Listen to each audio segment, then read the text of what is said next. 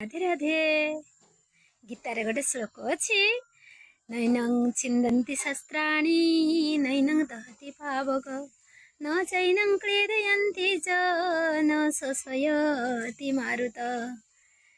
एई आत्मा को केही जलरे बुड़े पारंतिनी, वायु सुखई पारेनी, निआरे पड़ी पारेनी एवं केही हाणी काटिकी भी ताको नष्ट करि पारंतिनी।